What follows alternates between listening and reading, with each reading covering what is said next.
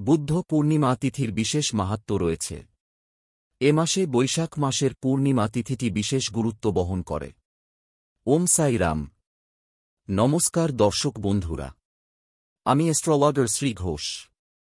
আপনারা দেখছেন astro TV. আপনাদের সকলকে আমার আন্তরিক শুভেচ্ছা রইল। এই তিথিটি বুদ্ধ পূর্ণিমা নামে পরিচিত। এই তিথিতেই জন্মগ্রহণ করেছিলেন গৌতম বুদ্ধ, এ কারণে এই দিনটিকে বুদ্ধ জয়ন্তী বলা হয়ে থাকে। এবছর 23শে মে বৈশাখ পূর্ণিমা তিথি।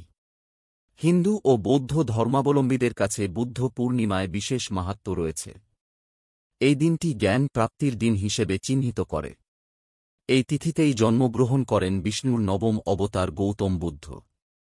বুদ্ধ পূর্ণিমার দিন ও তারিখ। বৈশাখ পূর্ণিমা তিথি শুরু হবে 22শে মে বুধবার সন্ধ্যা 6:48।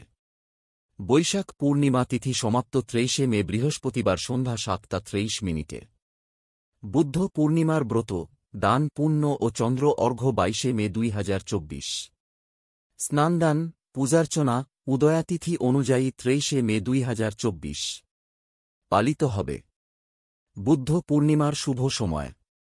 স্নানদান সকাল 4:04 থেকে সকাল 5:26 মধ্যে। পুজো সকাল 10:35 থেকে দুপুর 12:18 মধ্যে। চন্দ্রোদয় রাত 7:12। কেন পালিত হয় বুদ্ধ পূর্ণিমা? পুরাণ অনুযায়ী বৈশাখ পূর্ণিমায় গৌতম বুদ্ধ জন্মগ্রহণ করেন। আবার এই তিথিতেই বুদ্ধত্ব জ্ঞান লাভ করেন তিনি। গৃহত্যাগের পর রাজকুমার শ্রদ্ধার্থ সত্যের সন্ধানে 7 বছর পর্যন্ত বনে ঘুরতে থাকেন। কঠোর তপস্যা করেন, অবশেষে বৈশাখ পূর্ণিমার দিনে বোধগয়ায় বোধি বৃক্ষের নিচে বুদ্ধত্ব জ্ঞান লাভ করেন।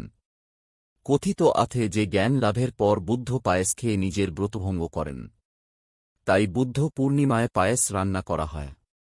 বুদ্ধকে পায়েসের প্রসাদ নিবেদন করা হয়।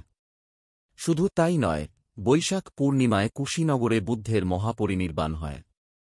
বুদ্ধ পূর্ণিমায় চন্দ্রকে অর্ঘ্য দানের প্রথা আছে। হিন্দু ধর্ম অনুযায়ী বুদ্ধ পূর্ণিমার দিনে পবিত্র নদীতে স্নান করে বাড়িতে সত্যনারায়ণ পুজো করা উচিত। সন্ধ্যাবেলা চন্দ্রোদয়ের পর চাঁদকে দুধের অর্ঘ্য দিন। মনে করা হয় পূর্ণিমা তিথিতে চন্দ্রকে অর্ঘ্য দিলে মানসিক শান্তি লাভ করা যায়। বুদ্ধ পূর্ণিমায় অবশ্যই করুন এই কাজ।